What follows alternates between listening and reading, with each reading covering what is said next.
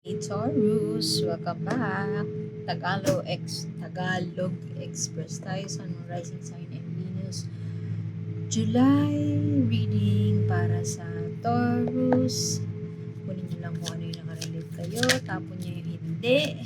Okay lang yon kung hindi nakarelate. Maaaring yung susunod na buwan ng makakarelate tayo. Kaya subscribe lamang po tayo para makuha natin or maabutan natin kapag may bagong upload na video at maaaring yun ang makaka-resonate sa atin. Pero naniniwala ako na meron at merong dahilan kung bakit tayo naririto at maaaring iyon ay sa paraan ng sa oracle cards bandang dulo dahil ang mensahe doon ay universal.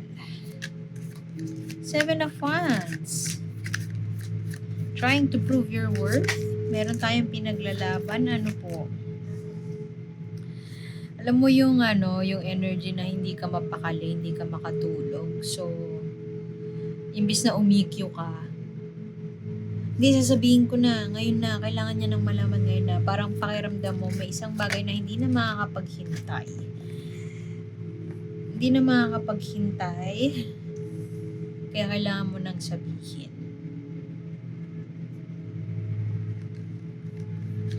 Parang gusto mo nang sabihin para matapos na. Kasi gusto mo nang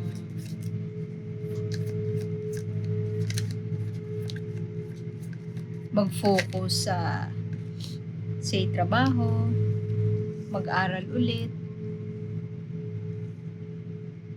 Speaking of aral, maghanap ng trabaho. Yung iba sa inyo pwedeng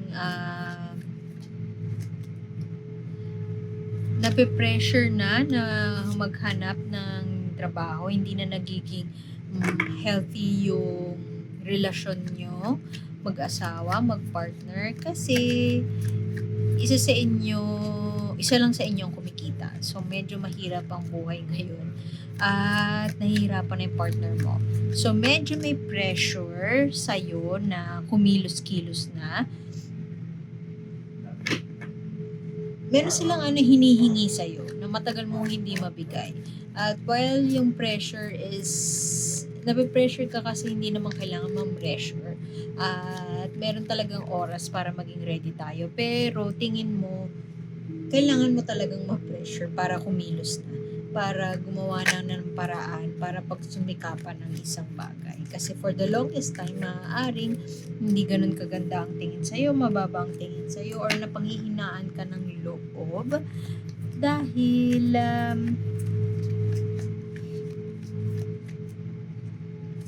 medyo may doubt sa sarili. Merong isang bagay, siguro din yung iba sa inyo, masyadong maraming side hustle.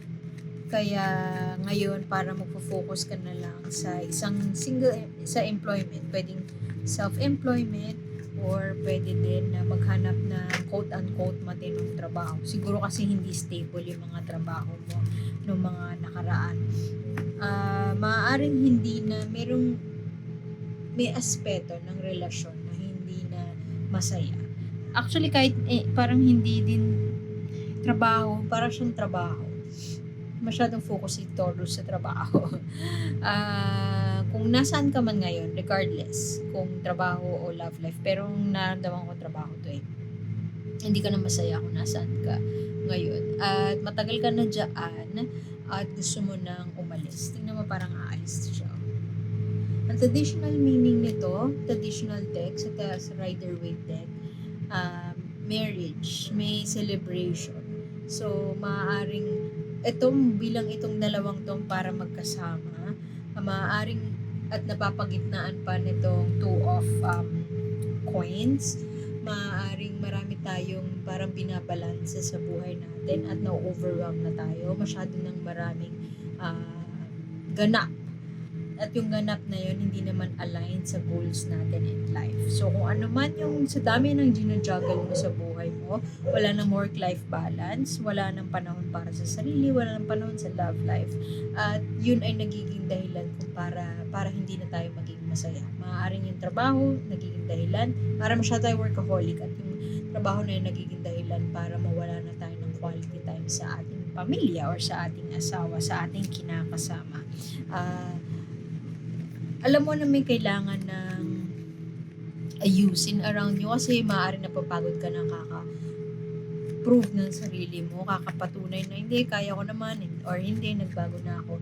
Pero sa maraming pagkakataon, nagdadalawang isip ka para kumilos, para gumawa ng aksyon, o para mag-take ng risk. Kasi feeling mo, masyado tayong pragmatic at merong mga bagay na kailangan nating may hesitation, may pagdadalawang isip, may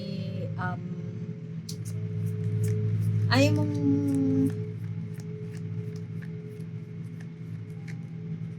sumugal. Pwedeng galit ka sa sugal. Ayaw mong sumugal. Tapos, siguro yung iba sa inyo, pakiramdam nyo, nalilimitahan kayo. Nalilimitahan kayo at parang nasasakal. Pwedeng interchangeable yung energies. Pwedeng sa cross-watcher, nakaka-relate ka dito. Pwedeng ikaw yung sakit sa ulo ni Taurus na ayaw gumawa ng ng step. Kunin natin yung last na lumabas. Ito, tapo na natin ito. Yung iba sa inyo na panghihinaan ng loob, baka ikaw yung sakit sa ulo ni Taurus at ayaw mong sumugal sa mga bagay na, let's say, sa quote-unquote matinong trabaho. Ayaw mong sumugal doon kasi meron kang paraan kung paano gawin ng mga bagay-bagay. Siguro for the longest time din, sanay ka na mag-freelance, sanay ka na ma-involve sa isang trabaho or iba-ibang trabaho na hindi stable. Pero kay Taurus, gusto niya ng stability, gusto niya na fixed lahat, gusto niya na pag sumikapan mo ang isang career path, baka ganun ang pananaw ni Taurus, at hindi kayo nagkakasundo sa mga bagay-bagay na yon. Sa dinami-dami na, para aminado ka rin naman na sa dinami-dami ng tinry mo na trabaho na hindi na side hustle na yan, na juggle na pinagsasabay, mga bagay na pinagsasabay, mga racket here and there, hindi na siya ganun ka-fulfilling para sa'yo. Hindi na rin siya ganun, hindi ka na ganun ka-happy. Maaari rin na dahil si Taurus ay paulit-ulit na ina-advise ka na ganito ang gawin mo, ganito, ganyan, sinasabihan ka niya na dapat ganito ang path, blah, blah, blah. Medyo naririndi ka na dun at maaring yun din ang cause kung bakit, kung saan nanggagaling yung dissatisfaction mo.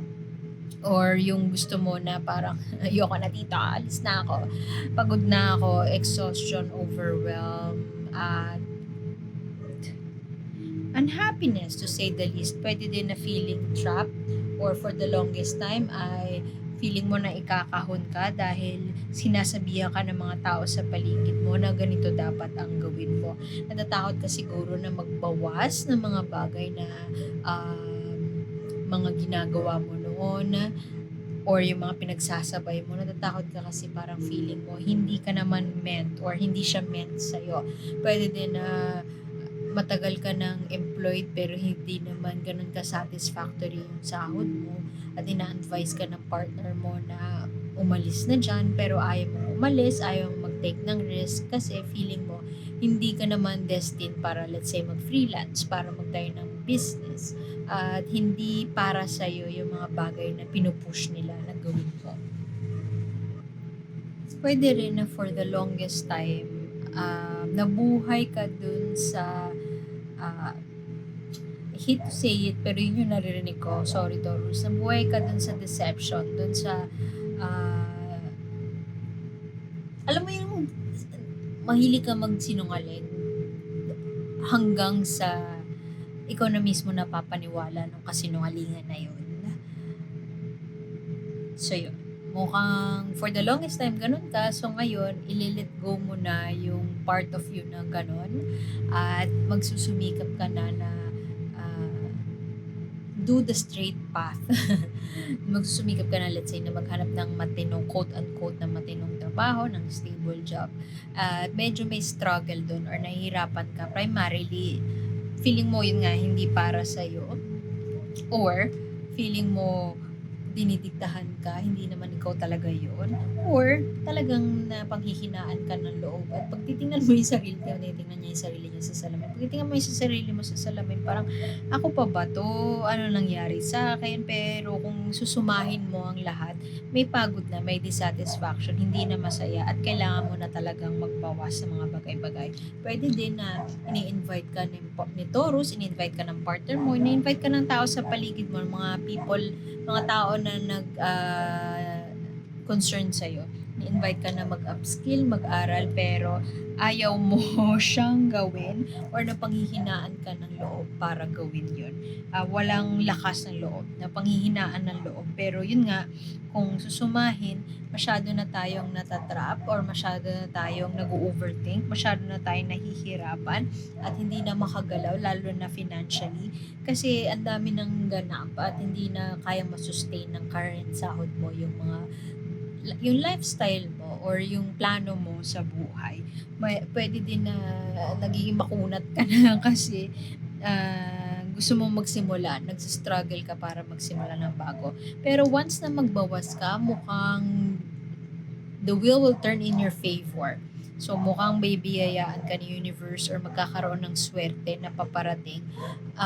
It's either swerte dahil nagbawas ka or swerte dahil tumanggap ka ng trabaho at pinagsumikapan mo yung mga side hustles na meron ka. Masyadong maingay?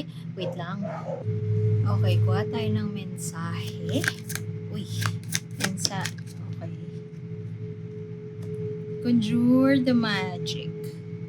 Okay. Tingin ko related yan dito. Ito kasi, tadhana. If not, magandang biyaya, blessing, swerte. Swerte ang ibig sabihin nito. So, tingin ko para, hindi lang naman tayo kailangan mag-rely 100% sa swerte. So, kailangan din ng hard work. At ito yun. Tingin ko meron ka na no ingredient. Hard work plus swerte equal success. So, tingin ko you are on the right path, Taurus. At kung may balak ka na mag-ipon at kumalap pa ng maraming salapi, tingin ko magiging successful ka doon. Para mangyari yun, kung ano man yung meron ka, I could relate this sa magician din. Yung ability mo na mag-manifest dahil lahat ng resources na kailangan mo ay nasa iyo na. Hindi kinakailangan na maging maayos ang lahat para maisakatuparan mo kung ano yung goals mo. Manalig ka na meron kang kakayahan at abilidad para ma-manifest kung ano man yung gusto mo, kung ano man yung para sa'yo, kung ano man yung nababagay para sa'yo. So, i-claim mo na kung ano man yung goal na yan, kasi lalo kung trabaho ito, side hustle pa, tanggalin yung isang trabaho at magkakaroon ng stable na trabaho, maging maligaya, mahanap ang kanyang happiness, hindi na makalaya na sa pagkakahon sa sarili at makalaya na sa isang bagay na hindi nakatutulong sa'yo. Meron kang capacity para isakatuparan na yun at yun ang sinasabi ng card na to. All you have to do is, yun nga, kasi malaking parte ng manifestation na hindi siya, may neuroscience behind that. At gagawin ko yun ng libro ng review, yung libro na yun. May neuroscience behind manifestation. At part doon ay intention setting. I-set mo lang intention and put your mind to it. Makaiisa katuparan mo kung ano man yung gusto mong mangyari. So that is the magic behind it. Tawagin mo yon at gawin mo yon. Where you put your mind into, nandun papasok ang energy. At kung positibo, pupunan mo yun ng positibong enerhiya. Maniwala kayo sa hindi, mangyayari yun. So, iwan ko na yun doon, Taurus. Salamat sa pagbisita. Sana makita ko yun. Next time, like, share, subscribe. And my name is A. See you soon. Bye-bye.